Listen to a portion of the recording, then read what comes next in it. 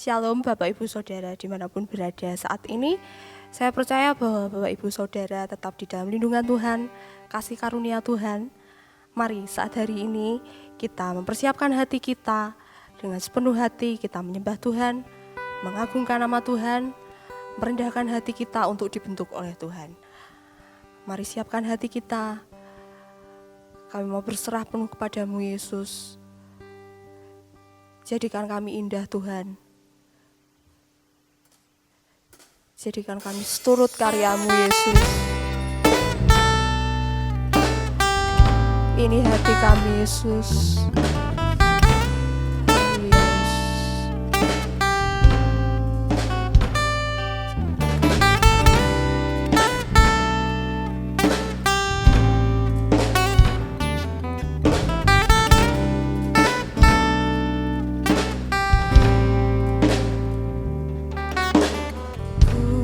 Datang ya Bapa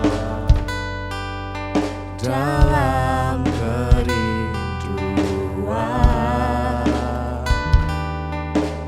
memandang keindahan-Mu,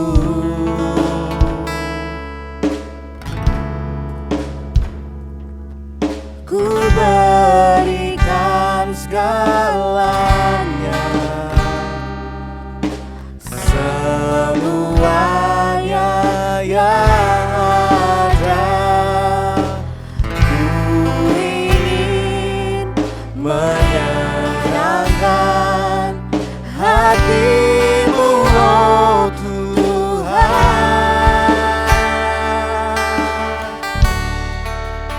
Jadikan aku indah yang Kau pandang mulia, seturut karya-Mu di dalam hidupku. Ajarku berharap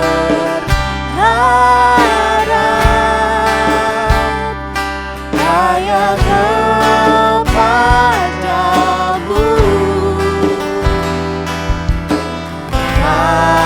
dan setia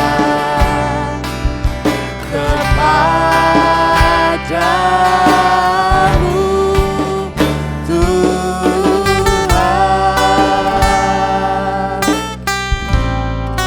Jadikan kami indah Yesus.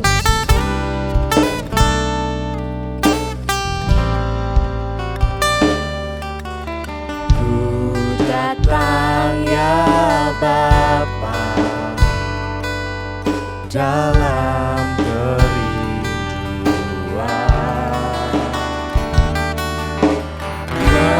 memandang keindahan-Mu,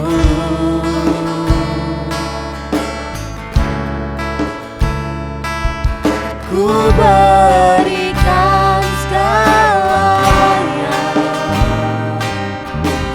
semuanya yang ada. Ku ingin menyenangkan hati-Mu, oh Tuhan. Jadikan aku indah yang Kau pandang mulia, seturut karya-Mu di dalam hidupku. Ajarku berharap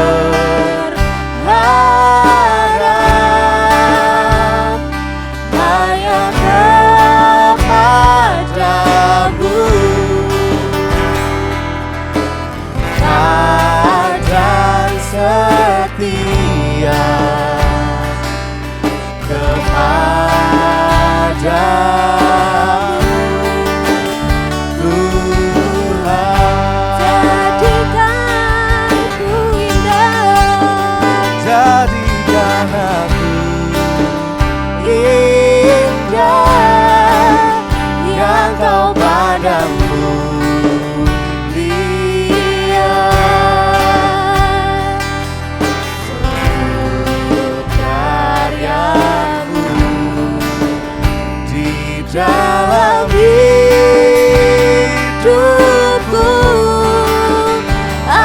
ajarku berharap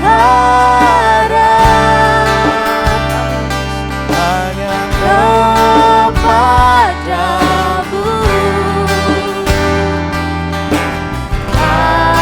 Dan setia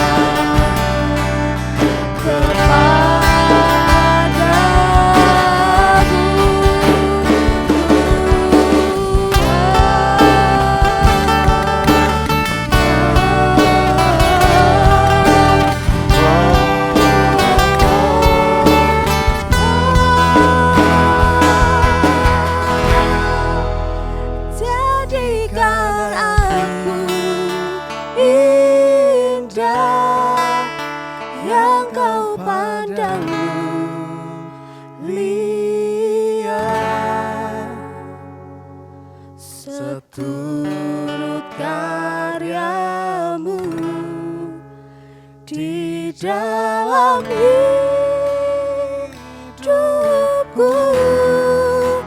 Ajarku berharap hanya kepadamu. Taat dan setia kepadamu.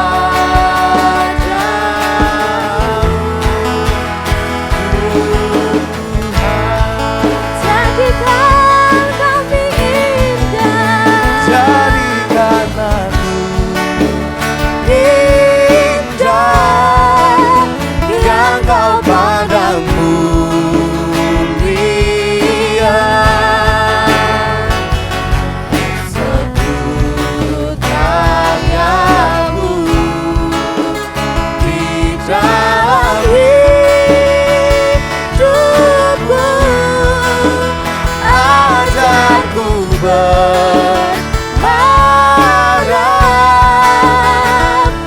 hanya kepadamu.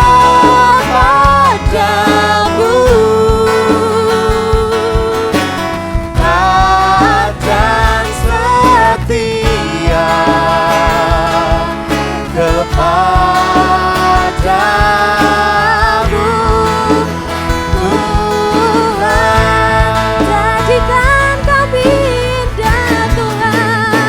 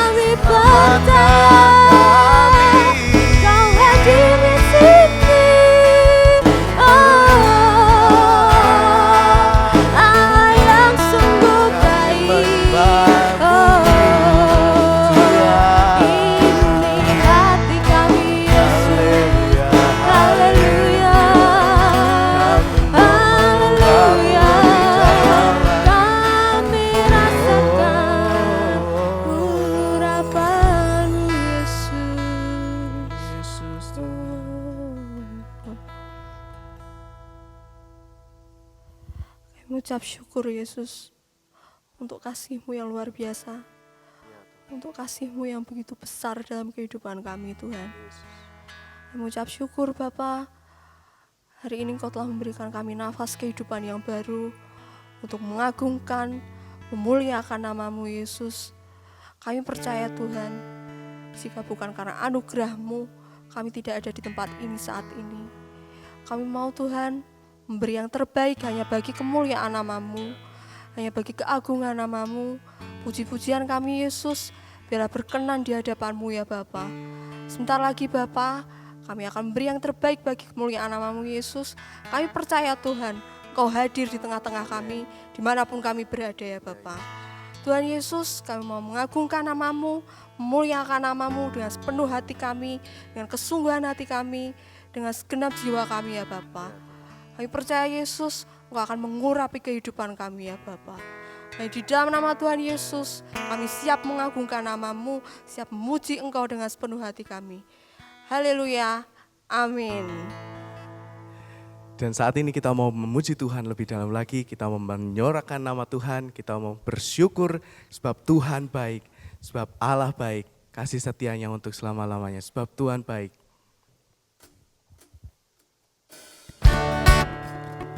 Kita mau nyatakan sebab Dialah Tuhan yang baik, sebab Dia layak disembah.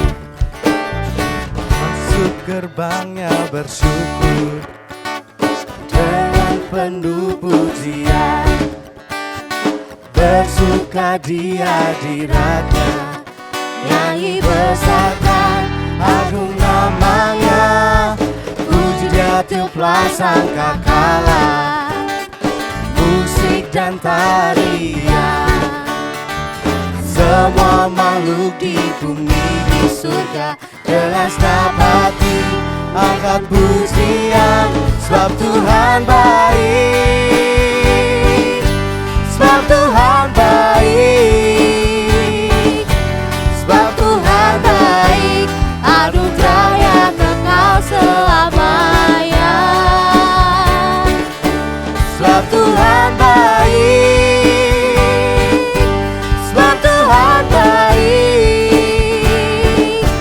sebab Tuhan baik, anugerahnya kekal selamanya. Mari kita mau masuk gerbangnya dengan bersyukur. Masuk gerbangnya bersyukur dengan penuh pujian, bersuka di hadiratnya, nyanyi besarkan agung namanya, puji Dia tiuplah sangkakala, musik dan tarian, semua makhluk di bumi di surga dengan senang hati angkat pujian, sebab Tuhan baik, sebab Tuhan baik, sebab Tuhan baik, anugerahnya kekal selamanya, sebab Tuhan baik, sebab Tuhan baik, sebab Tuhan baik, anugerahnya kekal selamanya. Sebab Dialah Tuhan yang baik. Mari kita bersyukur dan bersorak-sorak bagi Dia. Bersama-sama katakan sebab Dia baik, sebab Tuhan baik, sebab Tuhan baik, sebab Tuhan baik, anugerahnya kekal selamanya, sebab Tuhan baik, sebab Tuhan baik, sebab Tuhan baik, anugerahnya kekal selamanya, sebab Tuhan baik, sebab Tuhan baik, sebab Tuhan baik, anugerahnya kekal selamanya, sebab Tuhan baik,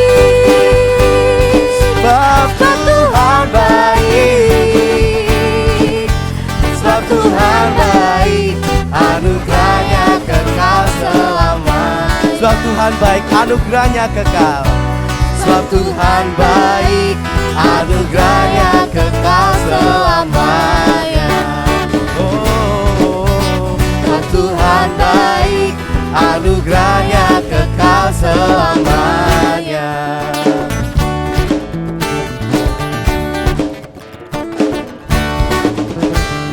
Haleluya, puji nama Tuhan. Dan saat ini kita mau persiapkan hati kita untuk mendengarkan kebenaran firman Tuhan. Sebab tidak ada satupun kasih yang dapat memisahkan kita dari terang kasih Tuhan. Sebab dialah yang akan menghadirkan ketenangan di dalam kehidupan kita. Sehingga kita percaya dan mau berserah terus kepada Tuhan. Ya Tuhan. Dan saat ini kita mau menyatakan bahwa Tuhan Yesus adalah Allah yang setia. Engkau setia Tuhan.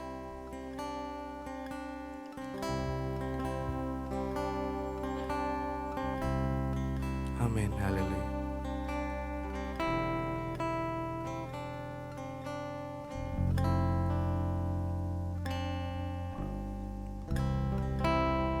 Tiada yang dapat pisahkan ku dari terangnya kasih-Mu. Kau hadirkan ketenangan yang tak bisa dunia berikan. Kini Kau pegang hidupku dan Kau hapus kesalahanku. Berharganya pengorbanan yang memberikan keselamatan. Kau hadir di setiap langkahku, ku aman di dalam hadirat-Mu. Kau buktikan Engkau setia.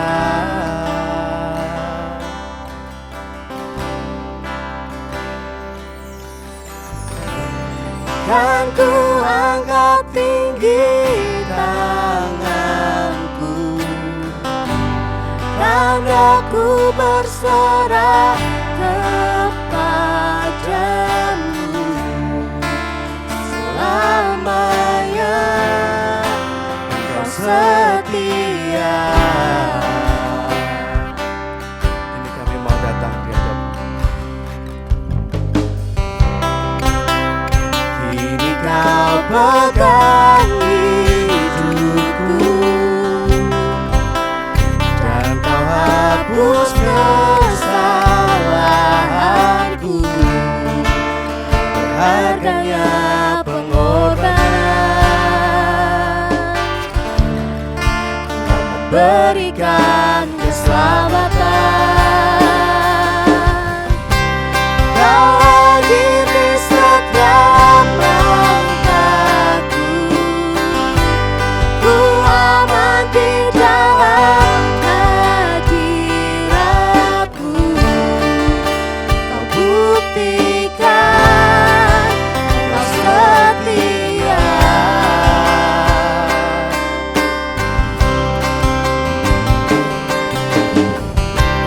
Dan ku angkat tinggi tanganku, tanda-Ku berserah kepadamu.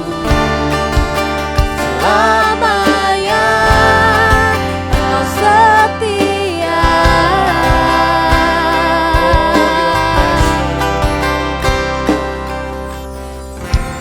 Oh, Your presence never leaves me, and You'll never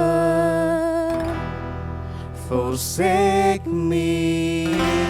Oh, your presence never leaves me, and you'll never forsake me. Oh, your presence never leaves me, and you'll never forsake me. Oh, your presence never leaves me, and you'll never forsake me.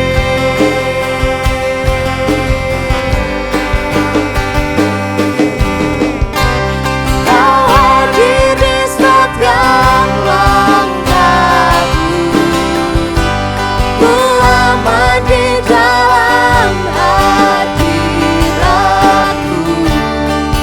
Kau buktikan kau setia,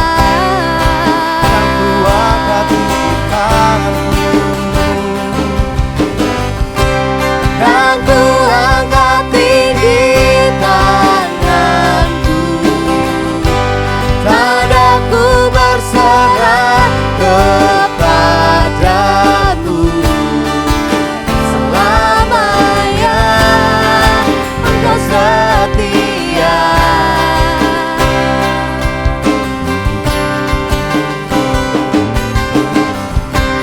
Kau hadir di setiap langkahku, ku aman di dalam hadiratmu. Kau buktikan Engkau setia, dan ku angkat tanganku, dan ku angkat tinggi tanganku, tadaku berserah kepadamu. Selamanya Engkau setia. Your presence, oh, your presence never leaves me, and you'll never forsake me. Oh, your presence never leaves me, and you'll never forsake me.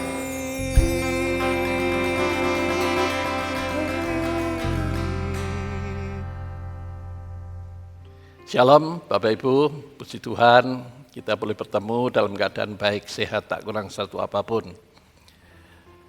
Kali ini saya akan menyampaikan kelanjutan dari pujian dan teguran Tuhan kepada gerejanya. Kali ini yang keempat, sebetulnya yang kelima, cuma judul Semirna itu saya rubah penghiburan bagi gerejanya. Ya, tidak pujian dan teguran karena isinya hanya penghiburan bagi jemaat di Smyrna. Jadi kali ini kita akan membahas tentang pujian teguran bagi jemaatnya, dan sebagai contoh adalah jemaat di Sardis. Baik, kita awali tentunya dengan doa terlebih dahulu. Bapak Surgawi, terima kasih kembali kami boleh bertemu walaupun lewat ibadah online.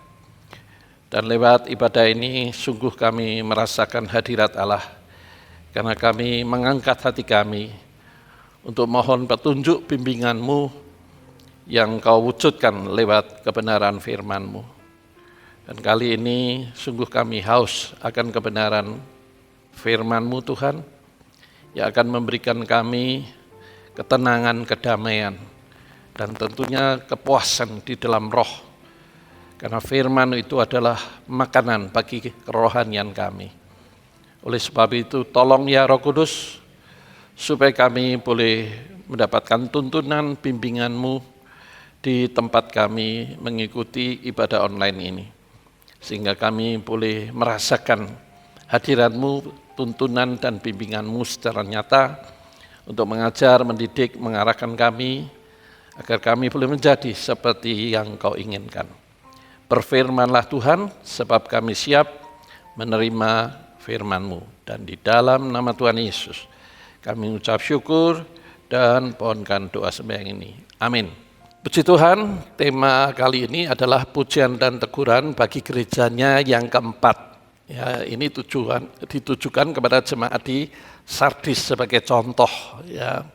Dalam kitab Wahyu pasal 2 dan pasal 3 itu menunjukkan bagaimana kriteria gereja, jemaat, eklesia, milik Tuhan itu hidup dalam dunia ini.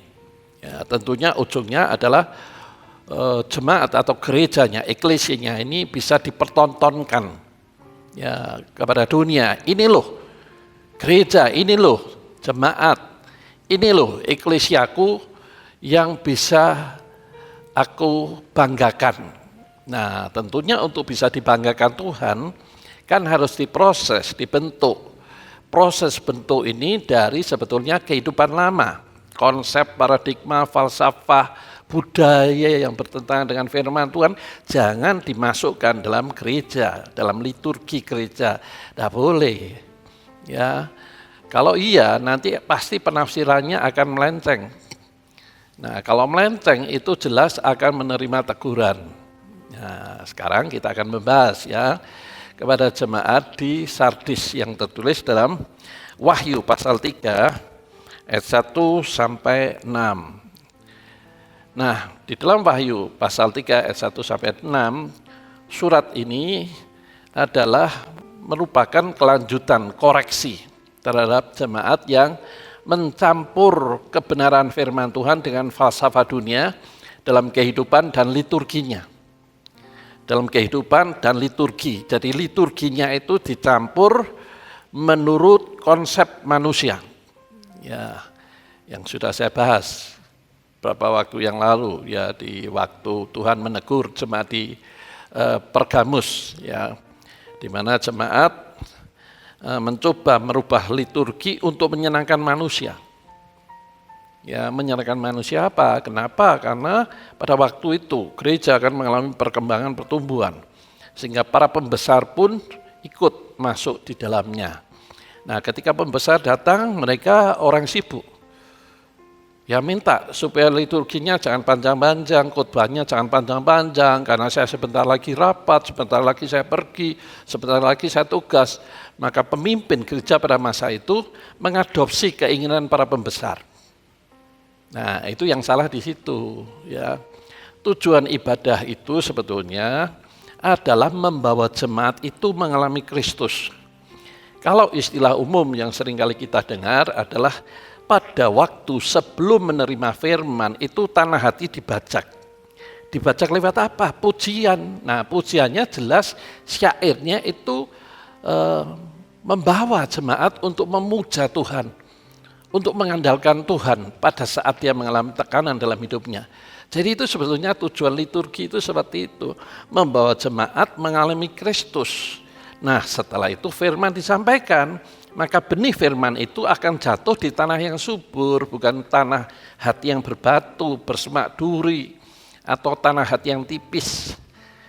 Jadi liturgi itu tujuannya adalah untuk membawa jemaat untuk memuja, mengandalkan dan berharap pada Kristus saja. Bukan untuk menyenangkan manusia, ya.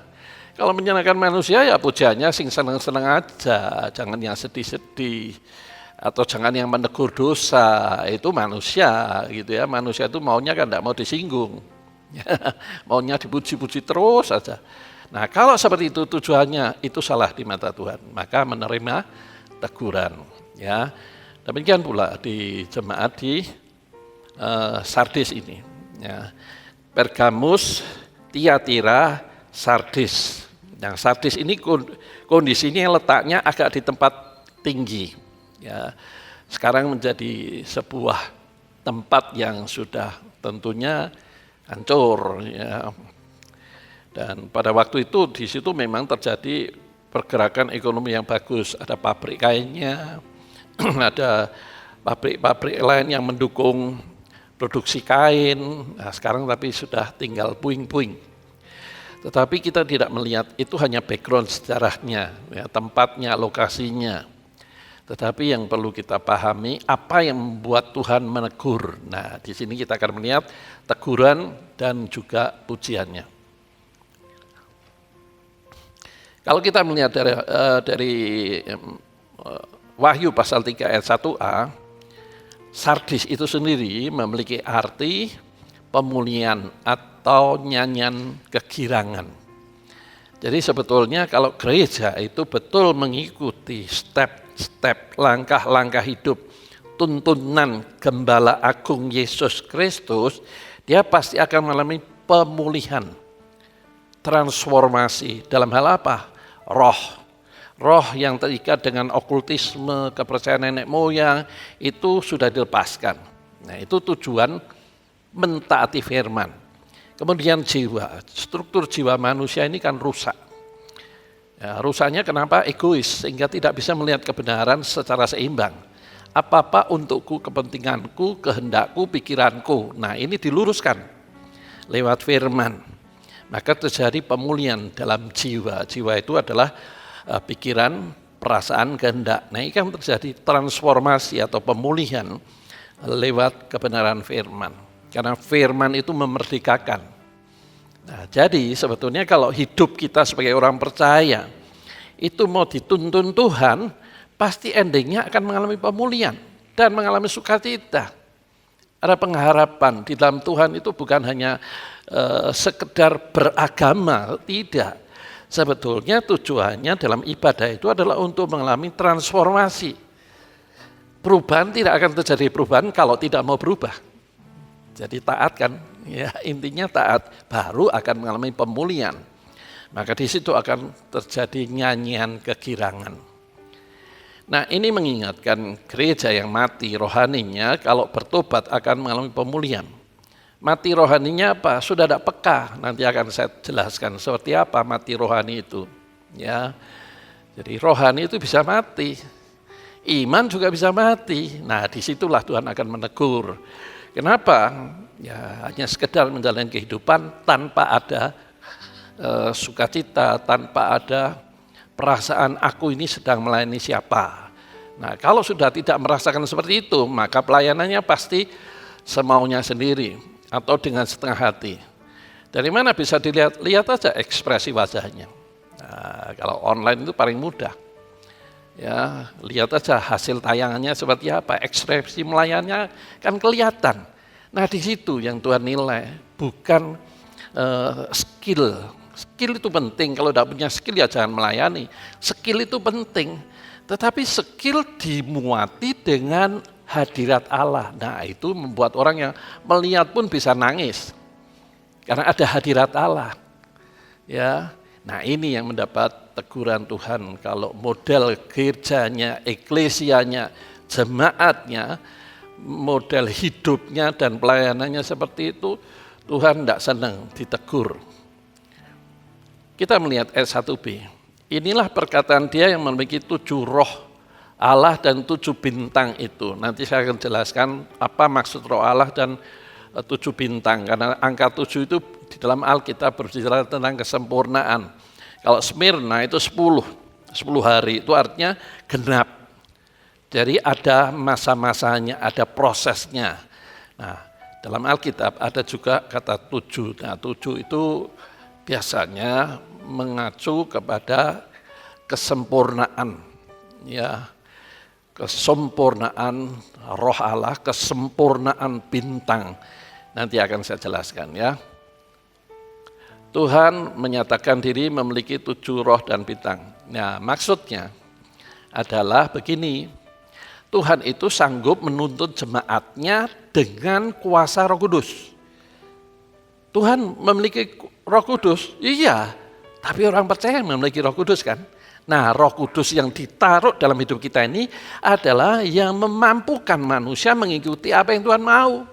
Jadi bukan kemauan manusia membuat orang bisa mengikuti, kemauan dan tuntunan Roh Kudus. Nah, masalahnya Tuhan itu tidak pernah memaksa. Free will, kehendak bebasnya dihargai. Tuhan hanya mengatakan, kalau kamu taat, hidupmu glory. Kalau kamu tidak taat, hidupmu mati. Hanya itu aja. Nah, ini dilema kan? Jadi Tuhan tidak pernah memaksa, Tuhan hanya menghimbau. Kalau kamu mau taat, maka engkau akan mengalami pemulihan dalam semua aspek tadi. Ya, roh, jiwa, dan tubuh. Sakit jadi sehat. Ekonomi. Ya, ekonomi dulunya ancur-ancuran bisa bangkit, bisa dipulihkan.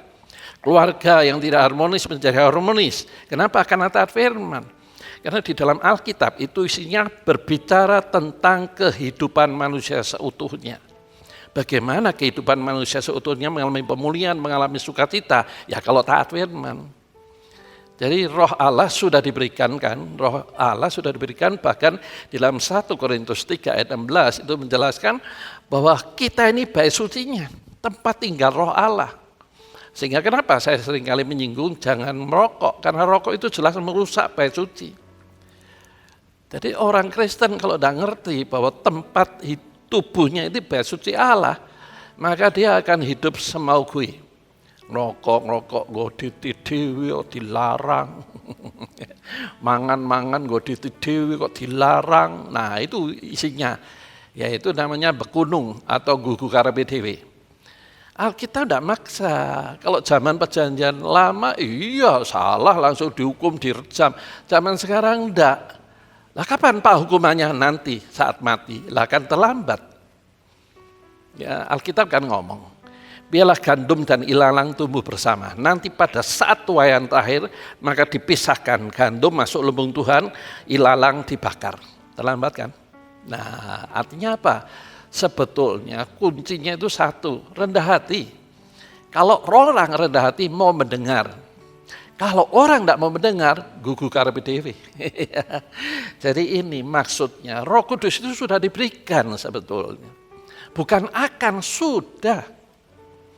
Ya sudah diberikan untuk membimbing orang percayanya. Karena orang percaya itu di mata Tuhan adalah anak Allah. Mosok dibiarkan hidup sendirian? Ya enggak kan? Nah itu yang pertama. Selanjutnya yang kedua, bintang berbicara tentang kemuliaan yang akan diberikan. Jadi orang percaya ini, kalau berdasarkan firman Tuhan yang tertulis dalam Roma pasal 8 ayat 28, 29, 30 itu mengatakan begini, 28, segala sesuatu bekerja bersama mendatangkan kebaikan. Segala sesuatu itu bukan hanya baik, buruk juga iya. Tapi di balik keburukan, kesusahan, kesulitan ada kebaikan. Bagi siapa? Orang yang mengasihi Tuhan. Nah tujuannya apa? Ayat 29-nya, supaya kamu menjadi serupa dengan gambaran anaknya. Itu berbicara supaya karakter kita ini menjadi seperti Kristus. Punya integritas, jujur, tanggung jawab, bisa dipercaya. Tidak tergoda untuk berbuat dosa. Itu artinya punya integritas. Nah setelah itu disimpulkan di ayat 30, Roma 8, 30-nya mengatakan, kamu dipilih, dipanggil, dibenarkan. Nah dibenarkan lewat taat firman. Oh ini ternyata dosa, oh ternyata ini tidak boleh. Dari mana tahu? Baca Alkitab. Nah baru dimuliakan. Sempurna, bintang itu berbicara tentang sempurna. Nah kalau di dalam Filipi pasal 2 ayat 12 itu mengatakan, kerjakanlah keselamatan itu dengan takut dan gentar menurut kemauan Allah.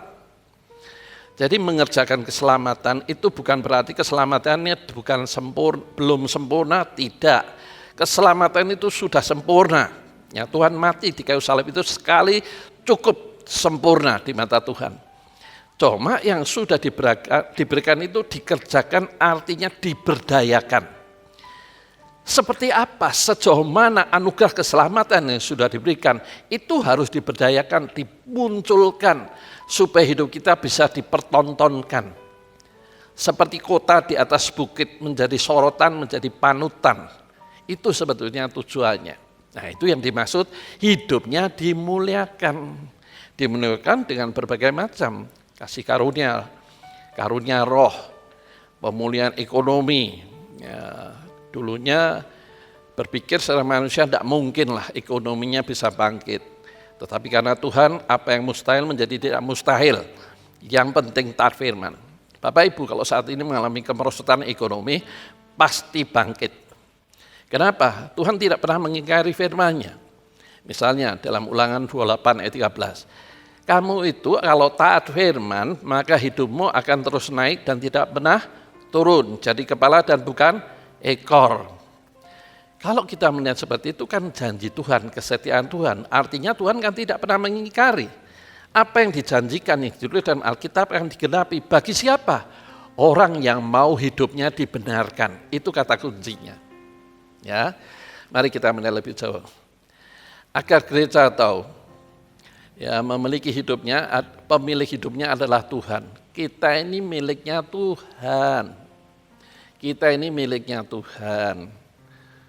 Ya, setelah ditebus tentunya. Orang percaya itu kan ditebus dari gelap kepada terangnya yang ajaib. Artinya hidup kita ini ditebus menjadi milik Tuhan. Ya, saya pernah memberi ilustrasi tentang gadean. Nah, ada yang tidak setuju. Gadean itu kan barang, Pak. Ya, ini hanya memberi contoh supaya orang tahu, mudeng gitu.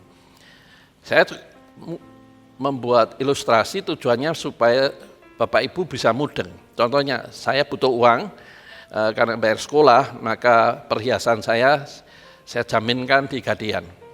Kapan barang saya ini bisa kembali? Kalau saya membayar plus bunganya. Nah, ini hidup kita ini sudah tergadaikan, bukan salah kita, dosa nenek moyang, karena kita keturunan Adam dan Hawa. Kita bukan keturunan kera, kita ini keturunan Adam dan Hawa. Artinya sejak bayi jebrol itu sudah membawa benih dosa. Kecuali orang tuanya, ayah dan ibunya sudah di dalam Tuhan, sehingga di dalamnya tidak ada benih dosa. Sehingga betul-betul lahir itu bayi itu innocent, ya tidak ada dosa sama sekali. Tapi di luar Tuhan itu ada dosa. Karena di dalam Tuhan itu kan sudah dibersihkan. Ya, dosa nenek moyang itu sudah dibayar Tuhan di kayu salib. Galatia 3 ayat 13 ya. Tuhan mati terkutuk di kayu salib supaya kita tidak kena kutuk. Artinya kutuk nenek moyang Adam dan Hawa tidak lagi kena. Ya. Nah, kita ini sudah digadaikan oleh dosa, karena dosa nenek moyang. Tuhan yang menebus kita, mengambil gadean dan diberikan pada kita, sehingga hidup kita ini akan dibawa dari satu kemuliaan kepada kemuliaan yang lebih besar dengan cara taat. Ya, kita harus tahu ini ya. Nah, untuk itu kita harus hidupnya dibentuk menurut kriteria Tuhan. Ya, jangan dibentuk menurut kriteria kita. Kita ini kan urip ora gelem ngrekoso kan. Nek iso seneng bae.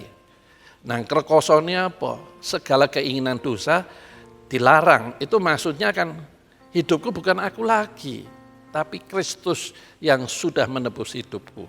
Itu maksud tujuan Tuhan memanggil gerejanya, dipulihkan lewat proses, dibenarkan lewat firman tadi, baru dimuliakan. Roma 8 ayat 30.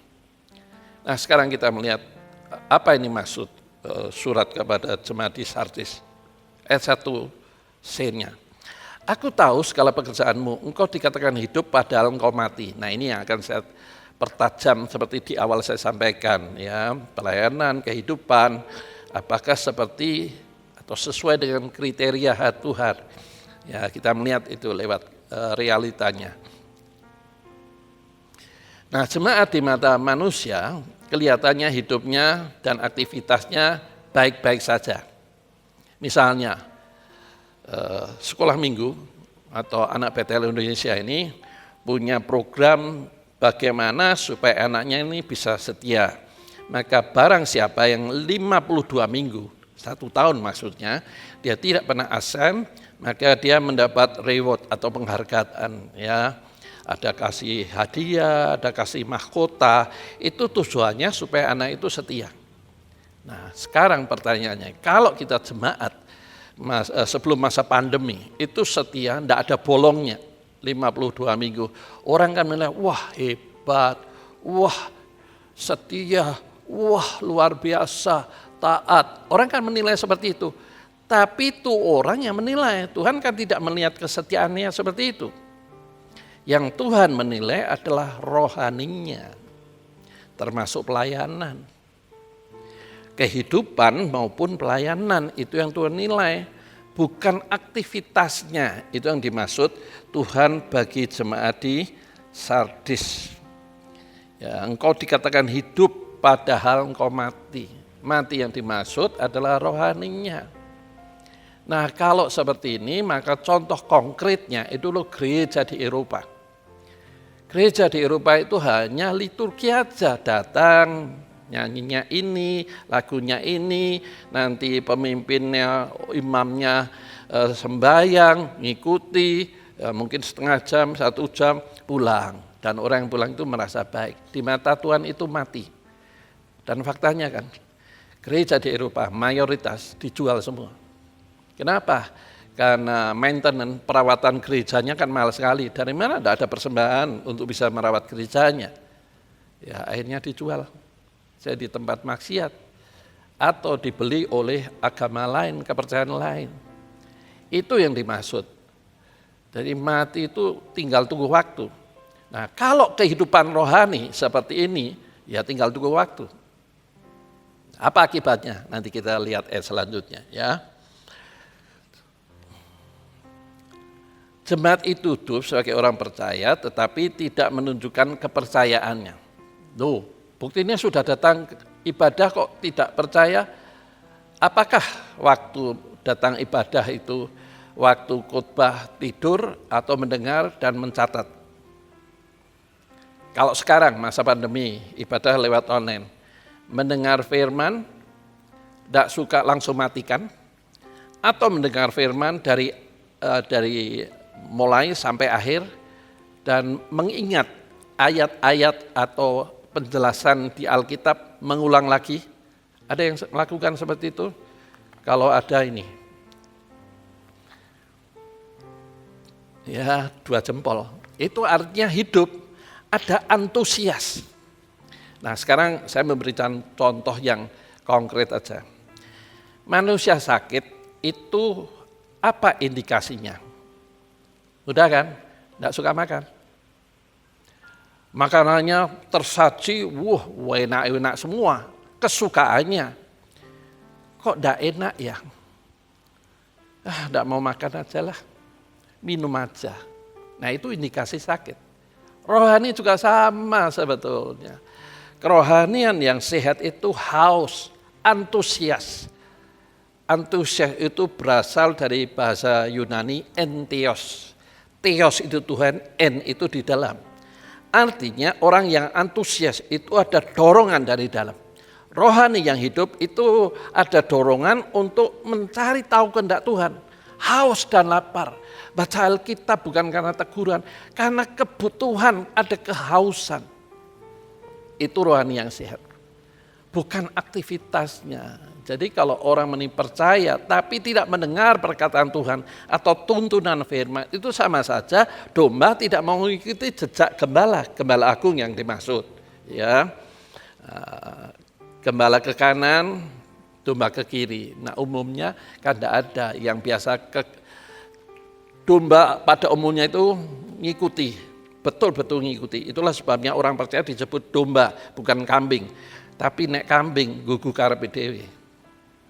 Nah itulah sebabnya Tuhan menggambarkan di dalam Matius pasal 25, kambing dan domba dipisahkan. Jadi kita yang mana? Percaya, tapi tidak taat.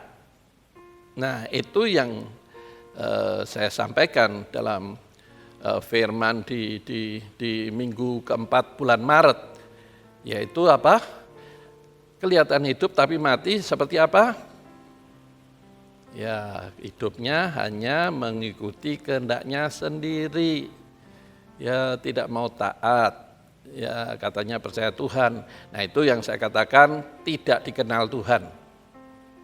Tahu Tuhan juru selamat, tahu kehendaknya, tapi tidak mau mengikuti jejak-jejaknya. Itu yang disebut tidak taat atau tidak dikenal Tuhan. Ya, oleh sebab itu mari kita percaya dan mengikuti ajarannya. Memang orang yang diproses itu tidak enak. Contohnya, misalnya saya seorang atlet, saya mesti digojlok. Ya biasa lari 1 kilo, 2 kilo, sekarang 10 kilo, 20 kilo. Sakit semua, kulitnya, tulangnya, semuanya sakit. Apalagi belum pemanasan, ya ditekuk-tekuk gitu, ya sakit. Kalau mau jadi atlet yang baik, ya jadilah atlet yang profesional. Artinya bayar harganya. Kalau amatir itu kalau ada pertandingan baru latihan. Nah, profesional ada pertandingan atau tidak pertandingan tetap latihan. Itu maksudnya orang percaya. Orang percaya itu jangan percaya kalau ada masalah saja. Tapi percaya adalah ada masalah, tidak ada masalah, tetap percaya mengikuti jejak kaki Tuhan. Itu yang disebut orang Kristen. Ya, Kristus, pengikut Kristus. Pengikut Kristus itu adalah artinya mengikuti jejak-jejak Kristus. Itu percaya sungguhan. Kalau enggak, itu yang disebut gereja sepertinya hidup tapi sesungguhnya mati. Dan tidak ada buah-buah ketaatannya. Buah ketaatan itu nampaklah sifatnya, karakternya, ya rendah hatinya. Nah sayangnya kan tidak. Nah susahnya apa? Kadang-kadang Tuhan itu memberkati, memulihkan saat belum siap, sehingga akibatnya jatuh. Ya, misalnya seorang penyanyi, suaranya kan bagus, talentanya itu bagus, kemudian menjadi terkenal, menjadi viral, dipanggil sana, panggil sini. Kira-kira dipanggil sana sini itu biasanya hari Senin, Selasa, Rabu atau Minggu, biasanya Minggu kan. Dahulunya merasa aduh, nah enak ini dipanggil, aduh ini pas hari Minggu, ini ibadah saya pas tugas, tapi ini ada job di luar itu dan dapat uang lumayan nih, gimana ya Tuhan engkau tahu ya Tuhan, karena saya butuh uang, jadi saya tidak ibadah, saya tidak tugas di gereja, tapi saya mau job di luar. Pertama deg-degan, ya. Roh itu bergemuruh. Kenapa? Karena anaknya mau prioritas, tapi dia memaksakan karena materi. Sehingga akhirnya Minggu dianggap tidak apa-apa. Yang penting saya tetap doa, yang penting saya tetap baca Alkitab. Jadi susah seperti ini, itu artinya dia belum siap dipromosikan. Sehingga jatuh seperti itu. Sama, hamba Tuhan pendeta juga sama. Karena dia pinter khotbah dengan intonasi nada dan dia bisa menguasai kejiwaan, psikologi massa sehingga orang melihat sampai terperangah kata-katanya, kesaksiannya, terkenal gitu ya. Dijadwal, bahkan ada satu gereja mau mengikat dia 1 tahun dan menyediakan fasilitas rumah dan mobil. Kalau seperti itu gimana? Kalau rohaninya tidak siap pasti jatuh. Karena yang memuja bukan hanya laki, perempuan juga. Ya bisa bayangkan itu. Jadi kenapa diproses? Ya seperti atlet itu, diproses bayar harganya, yaitu mengerat dagingnya. Supaya ketika dimuliakan tidak jatuh. Itu maksudnya. Tapi susah karena Tuhan itu kan tak terselidiki pikiran dan jalan-jalannya. Nah pertanyaannya, saudara mau milih yang mana? Diproses dulu baru dimuliakan atau dimuliakan tanpa proses? Kalau pilih yang kedua, tunggu aja kapan waktunya jatuh. Repot kan? Ya. Atau melayani hanya rutinitas. Ya. Indikasinya tidak ada kehausan memuji dan menyembah, hanya tugas tanggung jawab. Ya, misalnya saya worship leader. Wah, semangat. Mari kita angkat tangan, mari kita bersorak-sorai, tepuk tangan. Tapi setelah turun di mimbar, ketika temannya mimpin pujian, dia ikut nyanyi, dia ikut lompat, atau duduk diam, hanya gini. Nah, yang mana? Kalau hanya, itu berarti kan hanya sandiwara. Tuhan tahu enggak? Ya tahu. Buktinya tidak ada kehausan untuk memuji dan menyembah Tuhan. Itu yang disebut mati rohaninya. Tuhan menegur kalau modelnya seperti itu. Dan pelayanan tidak dengan sukacita, bahagia gitu. Apa Pak contohnya? Loh, minggu kemarin aku kan sudah tugas, masa saya tugas lagi. Jadi pelayan itu sebuah beban, ya kan? Susah kalau pelayan Tuhan modelnya gini, ya. Jadi beban, loh kemarin tugas, tolong itu ganti, loh. Oh cari lain, saya enggak mau. Nah seperti itu apakah tidak dinilai Tuhan? Ya jelas dinilai. Dianggap ini sebagai tugas, ini beban, bukan tanggung jawab, kehormatan. Ya, hamba Tuhan itu kehormatan. Ya, Yohanes 12 menjelaskan itu adalah satu kehormatan. Kayak melayani raja di atas segala raja. Kenapa tidak mau sukacita? Kenapa tidak bahagia? Kenapa merasa itu beban? Karena belum mengenal Tuhan. Hanya melakukan tugas kewajiban. Ini yang Tuhan tegur. Kita ini kan sedang melayani raja di atas segala raja. Kalau rohaninya sehat, pasti dia akan maksimal dan memberi yang terbaik. Ya maaf ya. Saya tidak nyindir, contoh aja. Misalnya ibadah itu harus pakai seragam ini. Sudah diumumkan, sudah di WA, kasih tahu seragamnya ini. Sampai nganu seragamnya beda sendiri. Apa ya? Seragamnya beda. Nah itu lihat temennya sih. Oh gitu ya, saya tak pulang dulu. Nah ini kan orang enggak punya beban, jadi pikirannya enggak situ. Tapi pikirannya ya menurut maunya sendiri. Kalau ibadah naik mimbar pakai sepatu, baunya harum. Tapi kalau tidak ibadah, tidak tugas maksud saya, pakai sandal jepit. Cobalah kalau kita ini melayani presiden aja lah. Ya, kira-kira pakai sandal jepit patut tidak? Atau langsung dilempar sama pas pampresnya. Ini kan melayani raja di atas segala raja, bukan sekedar presiden. Nah gimana ini?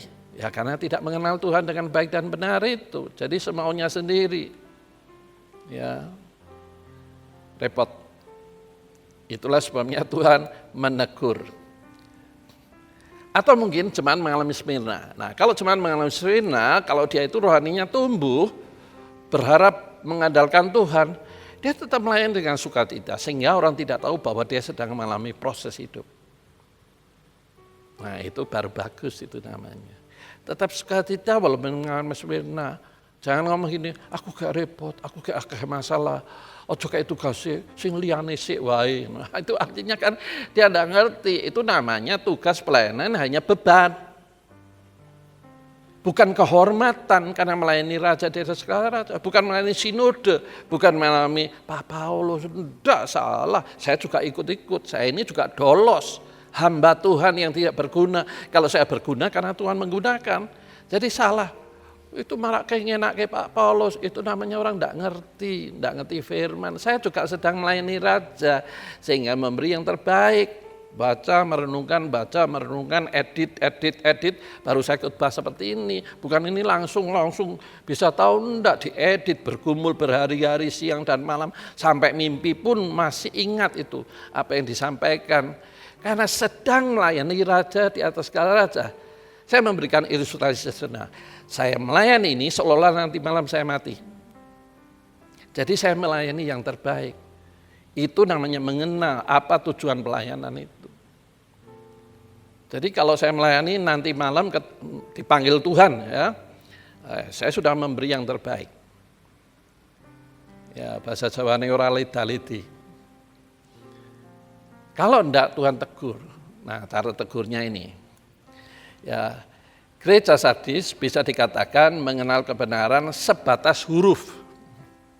Aksara saja. Dengan firman itu sebetulnya mengandung kuasa dan kehidupan. Kuasa bisa memulihkan, kehidupan mengalami transformasi. Firman itu sebetulnya mengandung kuasa dalam pengertian itu. Bagi kehidupan sehingga mengalami perubahan, transformasi. Tetapi kalau hanya tahu firman, itu hanya mengenal sebatas huruf.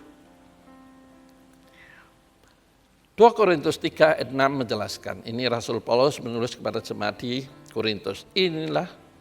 Ialah yang membuat kami sanggup menjadi pelayan-pelayan dari satu perjanjian baru yang tidak terdiri dari hukum tertulis, tetapi dari roh. Jadi Alkitab ini bukan sekedar aksara, tapi di dalamnya terkandung kuasa. Bagi siapa? Yang mentaatinya. Ya, Yohanes 8 ayat 32.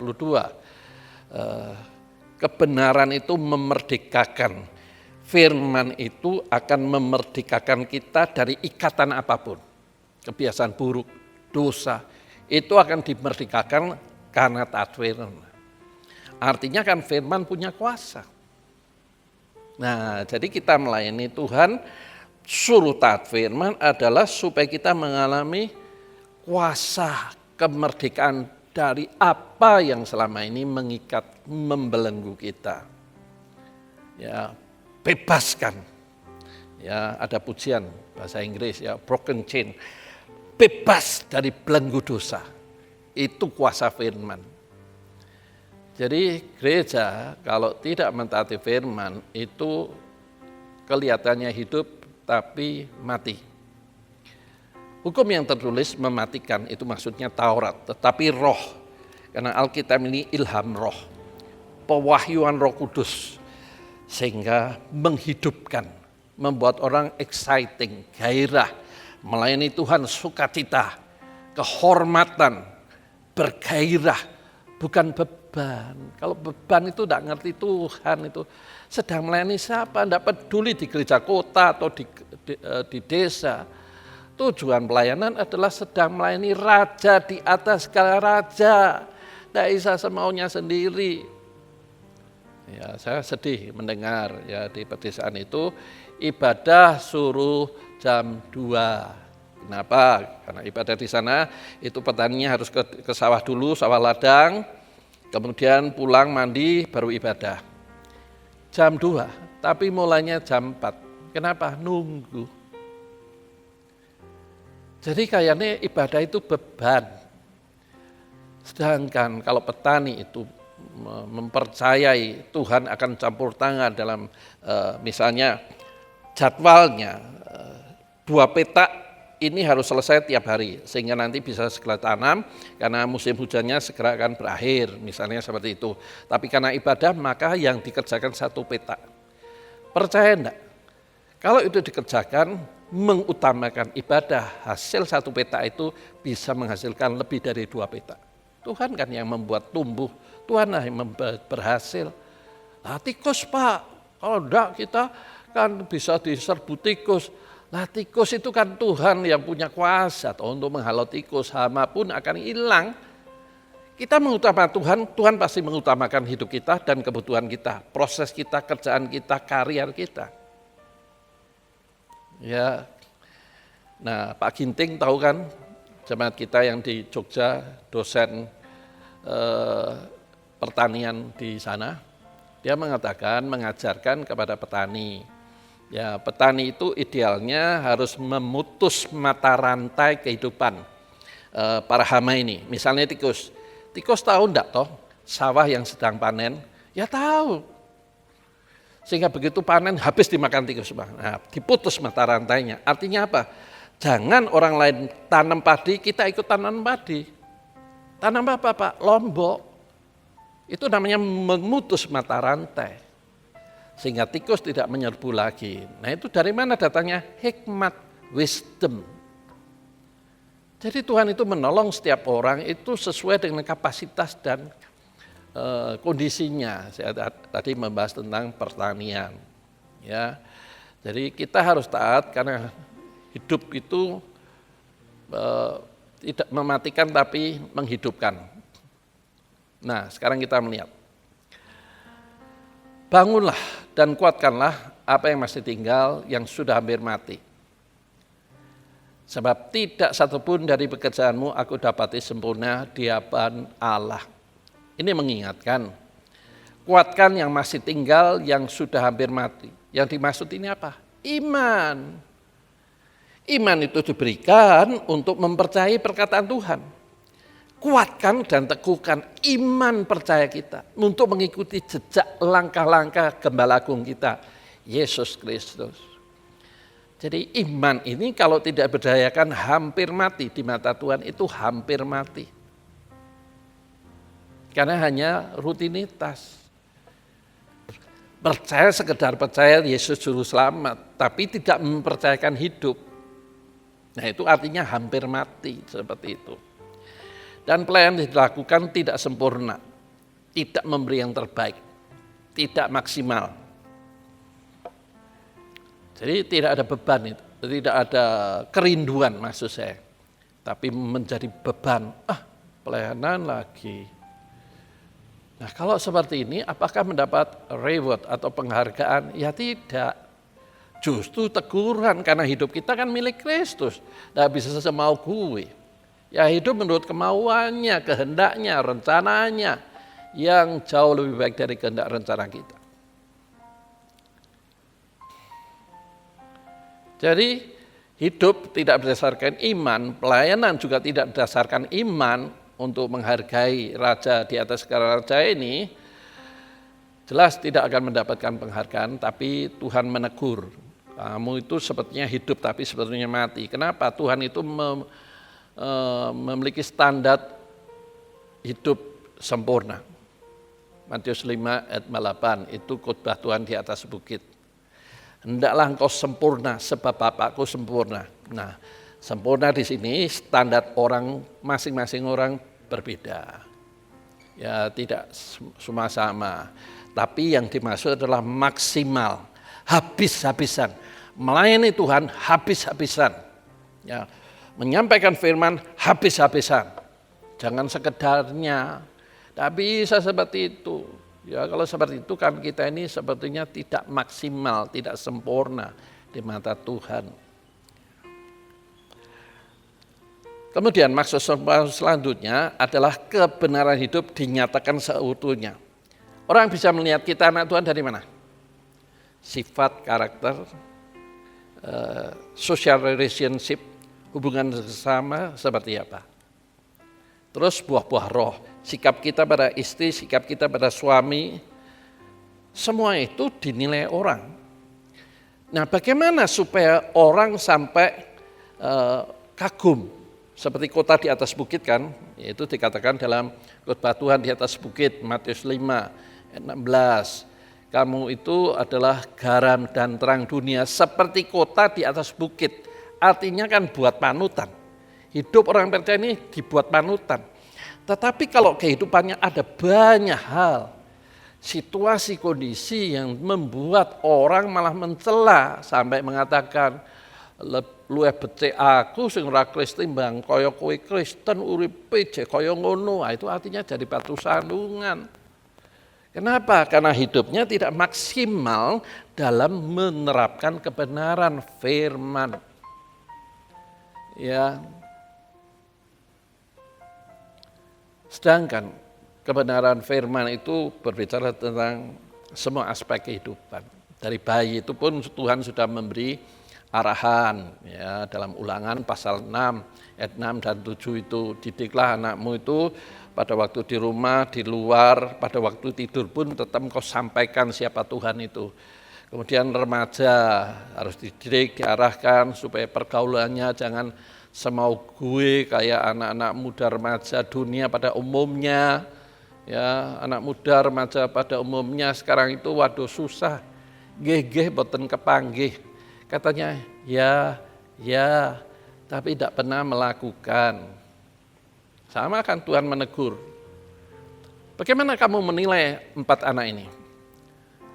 Anak pertama disuruh pergi, maka mengatakan, sorry Bapak saya sedang sibuk. Yang kedua, sorry Bapak saya sedang ada PR. Yang ketiga, sorry Bapak saya badannya tidak enak. Yang keempat, ya Bapak saya siap melaksanakan. Yang mana dipilih? Jelas ya Bapak yang melakukan. Nah Tuhan juga menilai anak yang taat itu seperti itu. Taat akan firman, itu Tuhan menilai baik.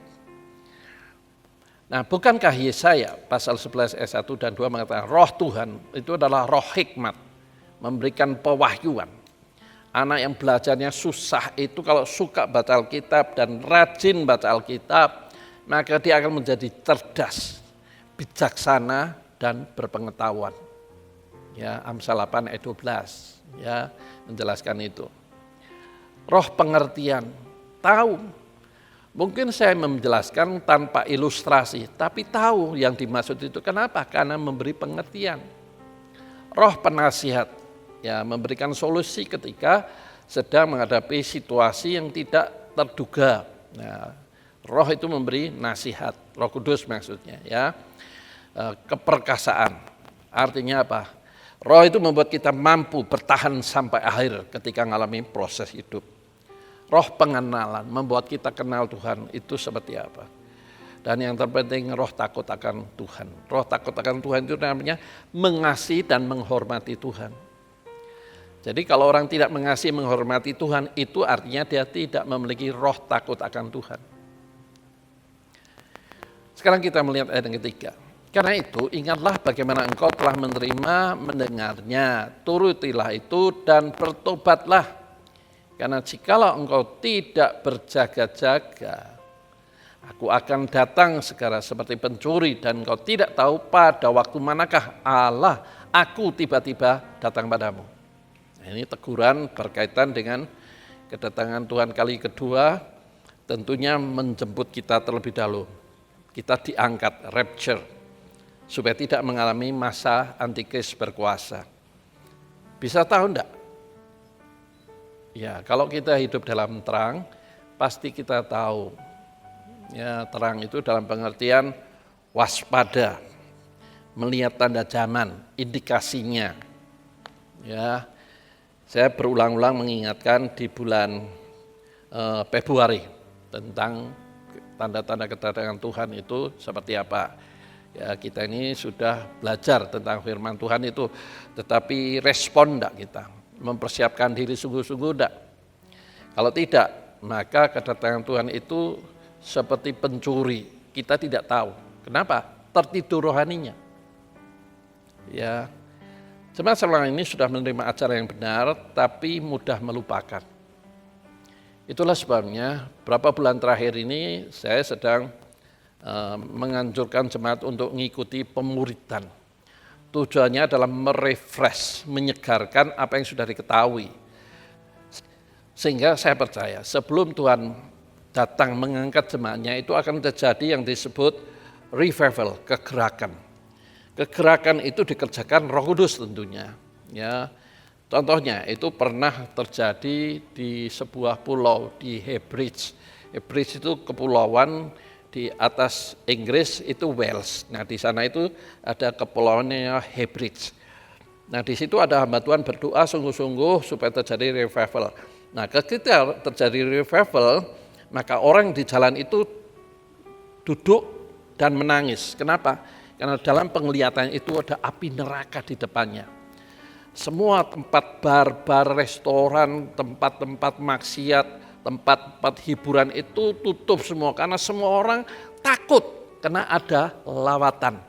Artinya neraka itu di depan mata. Kalau orang tidak melihat seperti itu kan tidak bertobat.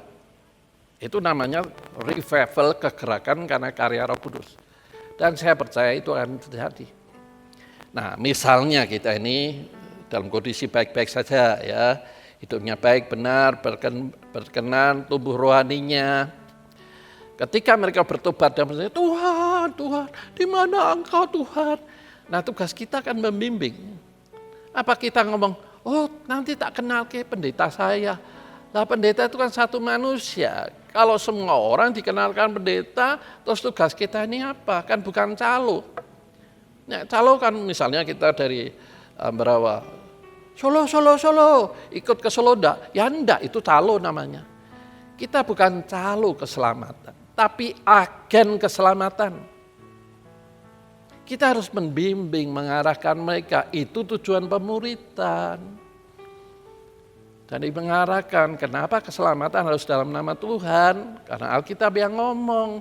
Kenapa harus percaya Alkitab? Karena Alkitab ini sudah diperdebatkan 16 abad. Jadi valid ya dan pasti. Ya. Jadi tidak bisa kita percaya terus melupakan. Ya, Tuhan memperingatkan agar serius taat ajarannya sampai akhir. Serius. Yang ngikuti pemuridannya serius. Jangan-jangan nanti materi pemuridannya buat bungkus. Ya itu namanya tidak serius, malah beban. Kalau beban itu ya cari alasan terus, tidak bisa ngikuti. Tidak boleh seperti itu. Mari kita, sungguh-sungguh waktu yang singkat, saya tidak tahu karena Alkitab juga tidak ngomong. Tapi kita akan melihat tanda-tandanya.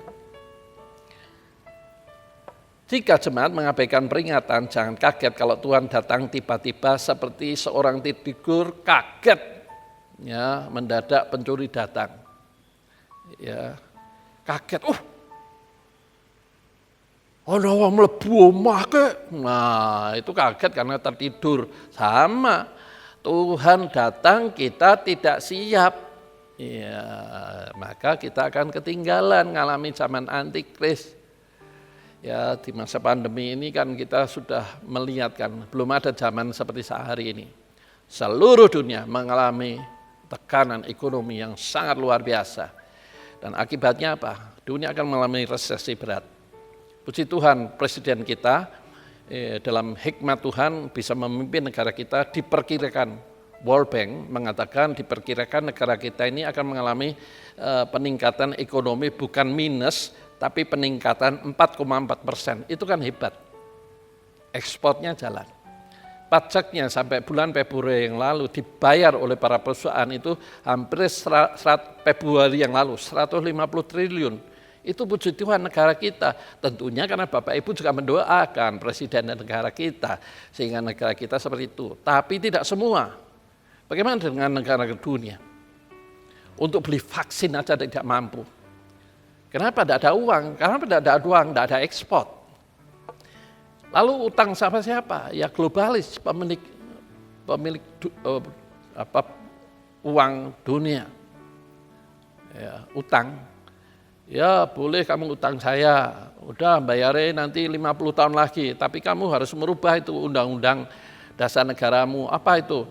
Ya tidak boleh kita itu menghalangi orang kawin sejenis.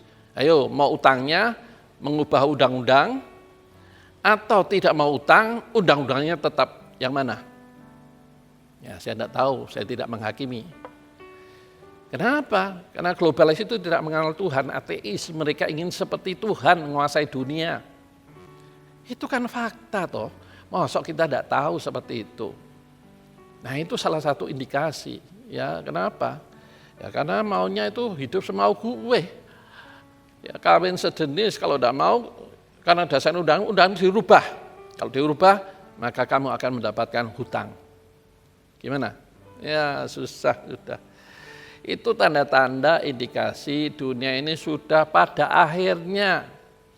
Kalau orang Jawa biyen ngomong, dunia ki wis tuwa. Ya, cobalah flashback 10 tahun yang ke depan, ke belakang. Ada puting beliung. Sekarang hampir hujan, selalu berita di televisi itu hujan, puting beliung, rumah rusak, dan seterusnya, longsor. Waduh, bencana alam itu makanan sehari bukan di Indonesia, di seluruh dunia. Bukankah itu tanda-tanda akhir zaman? Ya, karena apa? Climate change, perubahan cuaca yang menyebabkan seperti itu. Perubahan cuaca seperti itu karena ulah manusia yang hasil produksi tambangnya itu dihabisin sehingga gas metananya naik dan merusak alam di langit ini menyebabkan perubahan cuaca. Nah itu bisa dihalangi enggak? Ya misalnya produksi sapi dan seterusnya, ternak-ternak itu kotorannya itu menghasilkan gas metana, merusak atmosfer. Apa kita mau tidak makan sapi? Tidak bisa kan? Artinya kehancuran dunia itu tidak bisa dihalangi. Ini kalau secara Alkitab terus kan tidak mudeng kan? Nah sekarang secara realita aja. Industri, ya. Tidak boleh membakar lagi bahan bakar fosil, batu bara, minyak bumi, tidak boleh. Lalu apa? Listrik. Kapan itu bisa terjadi? 5-10 tahun lagi. Kita melihat kan fakta-fakta dunia seperti ini. Mari kita melihat selanjutnya. Ayat yang keempat. Tetapi di Sardis, ini pujian, ya penghiburan. Di Sardis ada beberapa orang yang tidak mencemarkan pakaiannya. Mereka berjalan dengan aku dalam pakaian putih karena mereka adalah layak untuk itu. Ya, layak untuk menerima pakaian putih. Ayat ini ditujukan bagi jemaat yang membangun rohaninya dengan rela hati. Ya, mungkin dengan cucuran air mata kala menyalibkan daging manusia lama. Saya memberi contoh sederhana, ini bukan nyindir tapi memang faktanya. Cobalah orang yang terikat rokok bisa enggak lepas? Kan enggak bisa, apalagi setelah makan atau mungkin sedang ke belakang karena maunya ngerokok aja. Bisa enggak lepas enggak? Kalau bisa, itu sakit. Ya, orang biasa ngerokok, enggak ngerokok, itu pusing kepalanya. Kalau pusing, marah semua. Nah, daripada marah semua, lebih baik ngerokok saja. Jadi orang tidak ngerokok itu tidak mudah. Sama perbuatan dosa yang lain. Orang senang nonton film-film porno, dilarang, kira-kira ketagihan enggak? Ya, itu namanya pergumulan untuk melepaskan belenggu ikatan seperti itu. Dan yang bisa itu adalah kuasa firman. Kekuatan manusia tidak bisa. Roh Kudus yang mampu. Di luar itu tidak bisa. Teori apapun tidak bisa. Rokok tidak usah, makan permen. Ya permennya malah gula darahnya naik. Ya, permen. Tidak bisa, hanya kuasa Tuhan yang bisa membebaskan. Asal mau saja. Yang penting kan mau. Artinya melangkah. Maka Tuhan akan menuntun langkah selanjutnya. Maka Tuhan akan memberikan pujian dan mengenakan pakaian putih. Jemaat yang taat dan mengasihinya. Wahyu 19 ayat 8. Bapak Ibu kalau membaca di dalam Matius 22 ayat 1 sampai 14-nya. Ya, itu ayat 12, 14 itu menjelaskan. Banyak yang dipanggil, sedikit yang dipilih. Kenapa? Jadi dalam kisah itu, Matius 22 itu gambaran seorang bangsawan mau pesta, maka dipanggil semua, dipanggil. Para undangan menolak banyak alasan. Maka bangsawan semua, baik di pasar, di jalan, panggil sajalah, semua masuk. Karena pesta ini segera akan terjadi. Pesta yang dimaksud tentunya pesta pernikahan anak domba Allah dengan gerejanya, eklesianya. Nah, ketika masuk dalam pesta itu, maka bangsawan ini melihat penjaganya, loh kamu pesta kok enggak pakaian putih, pakaian pesta, buang keluar. Nah kata buang keluar itu bukan selesai, tapi di sana dikatakan di sana letak kertak gigi, itu artinya Hades. Nah kalau kita melihat dalam Wahyu 19 ayat 8 itu pakaian kebenaran. Jadi kalau kita ingin mentaati firman, itu kita sedang memakai pakaian kebenaran atau pakaian putih. Itu yang membuat kita layak jadi mempelai wanitanya. Ya Bapak Ibu jangan, saya kan sedang membahas tentang teguran, pujian dan teguran. Memang ini fakta kan ditulis dalam Alkitab, memang itu standar Tuhan. Saya kan hanya menyampaikan saja. Standar Tuhan pakaian kebenaran. Bukan diketahui, tapi dikenakan. Artinya firman dilakukan, bukan diketahui. Kalau diketahui itu kan orang Farisi. Pandai berdebat dengan dasar ayat, apal-apal, tapi tidak pernah dilakukan. Itu Farisi namanya. Taurat. Ayat 5, ini hampir selesai. Barang siapa menang akan dikenakan pakaian putih. Jadi pakaian putih ini berbicara kesalehan hidup, melakukan kebenaran. Kalau melakukan kebenaran, maka hidupnya saleh di mata Tuhan. Orang bisa melihat sifat dan karakter Kristus dalam hidupnya. Berpakaian kebenaran. Jadi kita, waktu-waktu yang ada ini, mari kita bangun pakaian kebenaran. Tadi saya menyinggung kan, terikat dosa itu kan tidak mudah. Maka mari kita bukan hanya tahu, tapi betul-betul berusaha minta pertolongan Roh Kudus untuk kita tidak lagi melakukan dosa. Karena itu merusak bait sucinya. L5B, Tuhan tidak menghapus namanya. Berarti kalau tidak taat firman, namanya dihapus. Iya, Alkitab yang ngomong. Nama dicoret dalam buku kehidupan. Kenapa? Karena perbuatan yang tidak taat firman. Ya, perbuatannya tidak selaras dengan kehendak Tuhan. Di dalam 2 Timotius 3 ayat 16 dan 17 itu mengatakan kebenaran itu berguna untuk mendidik, memberitahu hal yang baik dan tidak baik. Jadi firman itu memberitahu. Kalau memberitahu, kita mau berbalik enggak? Atau tetap nabrak saja? Itu artinya enggak taat kalau nabrak saja. Tapi kalau taat, ya Tuhan aku mau, tolong aku Tuhan. Nah, ingat Mazmur 51. Di sana Daud berseru pada Tuhan. Tuhan, jangan kau ambil rohmu dalam diriku. Berikan aku hati yang rela untuk taat firman. Itu salah satu doa. Kalau kita mau taat, maka kita berdoa, Tuhan berikan aku roh yang rela. Supaya aku mentaati firman-Mu. Maka saya percaya Roh Kudus akan menolong Bapak Ibu Saudara yang mau hidup taat. Supaya di mata Tuhan kita berpakaian kebenaran. Atau Tuhan mengenakan pakaian kebenaran dalam diri kita.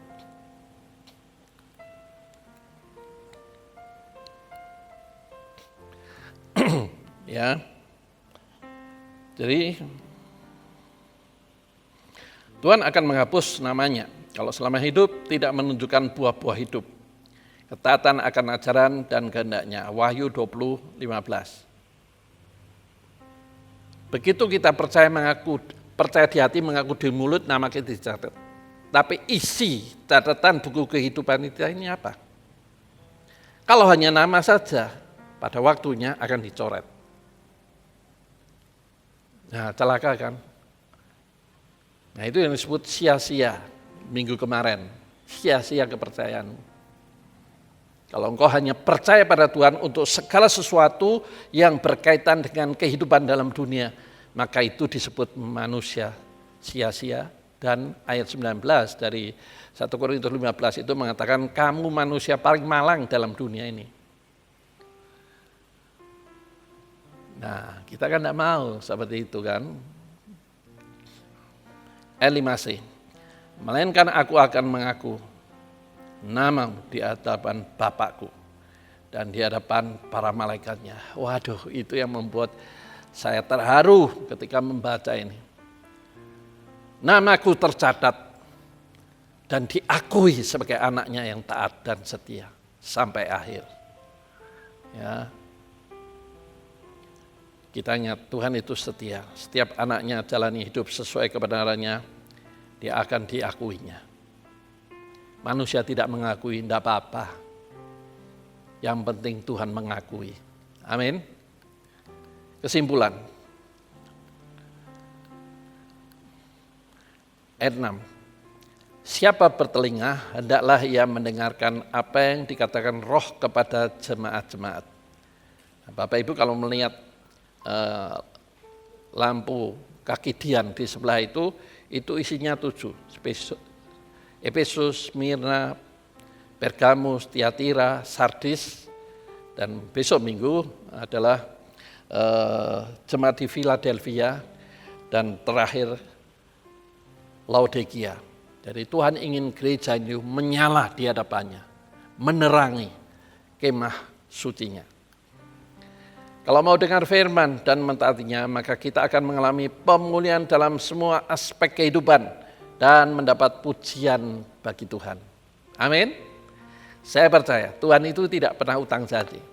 Jadi waktu yang singkat ini, ya saya lebih baik memang singkat daripada lama-lama nanti jatuh lagi. Tuhan akan memulihkan segala sesuatu. Setelah itu baru Tuhan angkat. Betapa luar biasanya hidup sebagai orang percaya. Jaminannya bukan hidup dalam dunia, tapi sampai kekekalan selama-lamanya, selama-lamanya. Amin. Mari kita datang pada Tuhan, kita berdoa. Terima kasih Tuhan untuk firman-Mu yang kembali mengingatkan kami bagaimana kami hidup. Kami tidak mau dikatakan hidup tapi mati. Tetapi kami mau hidup dan mengalami pemulihan. Karena kami mau hidup seperti yang Tuhan kehendaki. Taat akan ajaran firman Tuhan. Karena firman itu adalah pelita dan suluh bagi langkah-langkah kaki kami. Tolong kami, pimpin kami Tuhan. Dan tentunya ampuni kalau selama ini kami tidak hidup seperti yang Tuhan mau. Biarlah Tuhan menguduskan, menyucikan, dan menolong kami. Sehingga kami tidak mengulang lagi apa yang tidak berkenan di hadapan-Mu. Terima kasih Tuhan, kami terima berkat firman-Mu dengan penuh sukacita di dalam nama Tuhan Yesus. Amin. Bapak Ibu, mari kita dengarkan pengumuman gereja. Pengumuman minggu ini adalah sebagai berikut. Pada masa siaga COVID-19, mari saudara tetap menjaga kesehatan. Kita terus membangun kehidupan rohani secara pribadi maupun bersama keluarga di rumah masing-masing. Tetaplah berdoa untuk keluarga, gereja, kota, bangsa, dan negara kita. Meskipun ibadah kita laksanakan secara online, mari tetap memberikan persembahan seperti ketika kita beribadah setiap minggu di gereja. Persembahan dapat diserahkan kepada bendahara gereja, Bapak Yusa Hartono, melalui rekening atau dimasukkan ke kotak persembahan yang ada di gereja. Gereja buka setiap hari pukul 10 pagi sampai 3 sore. Demikian pengumuman minggu ini, Tuhan Yesus memberkati. Baik, sekarang saya berdoa bagi Bapak Ibu, angkat hatimu atau pegang tangan di dada. Begini ya, saya akan mendoakan Bapak Ibu. Tuhan, Engkau melihat jemaat-Mu yang dengan setia mengikuti ibadah online ini dari awal sampai akhir. Bahkan mereka antusias, tolong mereka, lawat mereka, berikan mereka kemampuan untuk hidup selaras dengan kehendak-Mu. Karena kuat kuasa Roh Kudus sudah diberikan kepada jemaat-Mu, sehingga jemaat-Mu boleh dipertontonkan seperti kota di atas bukit, menjadi teladan panutan bagi gereja jemaat yang lain, supaya nama-Mu dipermuliakan lewat hidup jemaat-Mu. Sekarang Tuhan tolong masalah persoalan, buka jalan keluar bagi masalah persoalan. Kalau ada yang sakit, Tuhan sembuhkan dan pulihkan. Ekonomi juga Tuhan pulihkan, sehingga mereka mengalami sesungguhnya dalam Tuhan itu tidak ada perkara yang sulit dan mustahil. Semua menjadi indah ketika kami taat. Bahkan Engkau merencanakan hidup kami, membawa kami dari satu kemuliaan kepada kemuliaan yang lebih besar. Berkati jemaat-Mu di mana saja mereka berada, di dalam Pulau Jawa maupun di luar Pulau Jawa, bahkan yang di luar negeri. Tuhan tolong dengarkan doa hamba-Mu, kabulkan doa hamba-Mu, karena hamba-Mu berdoa di atas segala nama, yaitu nama Tuhan Yesus. Sekarang jemaat terimalah berkat dari Allah Bapa, kasih setia dari Tuhan Yesus, pimpinan Roh Kudus akan menyertai hidupmu sekarang sampai selama-lamanya. Terimalah berkat ini dengan iman di dalam nama Tuhan Yesus. Setiap kita yang percaya katakan amin. Tuhan memberkati, sampai ketemu lagi. Sebab Tuhan baik, anugerahnya kekal selamanya. Sebab Tuhan baik, anugerahnya kekal selamanya.